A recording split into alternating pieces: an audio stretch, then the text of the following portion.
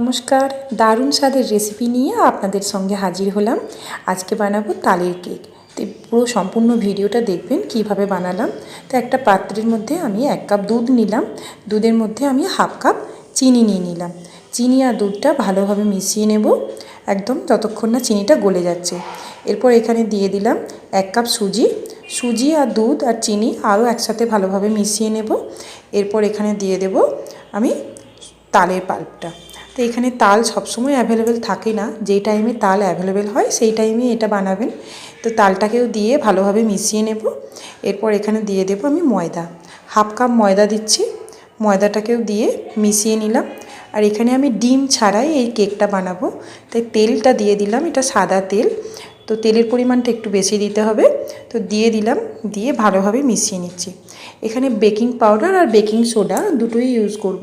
তো যে ছোটো চামচে আমি ইউজ করলাম, এরকম 1 চিমটে আমি দেব বেকিং সোডা আর ওই 2 চামচ দেব বেকিং পাউডার। তো দুটো ভালোভাবে মিশিয়ে নিয়ে, এখানে আমার কেক টিন নেই, তো বাড়িতে যে স্টিলের পাত্র থাকবে সেগুলো দিয়ে ইউজ করে নিতে পারেন। একটা ছোট কাগজ আমি গোল করে কেটে নিয়েছি, একটু তেল দিয়ে এটাকে বাটার পেপার বানিয়ে নিলাম আর পুরো টিন কেক টিনটার মধ্যেই লাগিয়ে নিলাম। যেহেতু তেলটা দিলে এটা হচ্ছে যখন কেকটা বানাবো তাড়াতাড়ি উঠে যাবে। তো ব্যাটারটা দিয়ে দিলাম, দিয়ে এইভাবে ট্যাপ ট্যাপ করে নিতে হবে, কারণ এয়ারটা যদি ভেতরে থাকে তাহলে কিন্তু কেকটা ভালো হবে না। তো বাতাসটাকে বের করে দিতে হবে। এরপর কড়া চাপিয়ে দিয়েছি, দিয়ে কিছুটা লবণ দিয়ে দিলাম কড়ার মধ্যে। তো গ্যাসটাকে এখানে জ্বালিয়ে নিয়ে 2 থেকে 3 মিনিট আমি এটা ফ্রি হিট করে নেব। দিয়ে ঢাকনা চাপা দিয়ে 2 মিনিট আমি এখানে একটুখানি ফ্রি হিট করে নিলাম। তারপর আমি ঢাকনাটা খুলে দিয়ে যে কেকের ব্যাটারটা বানালাম সেটা বসিয়ে দেব।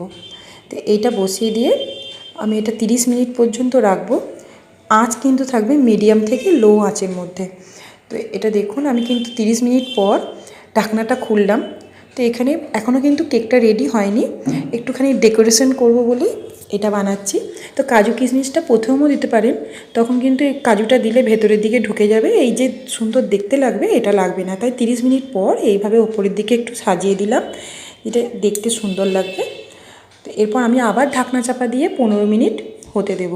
মোট 45 মিনিট কেকটা হবে একদম লো আঁচ থেকে মিডিয়াম আঁচের মধ্যে।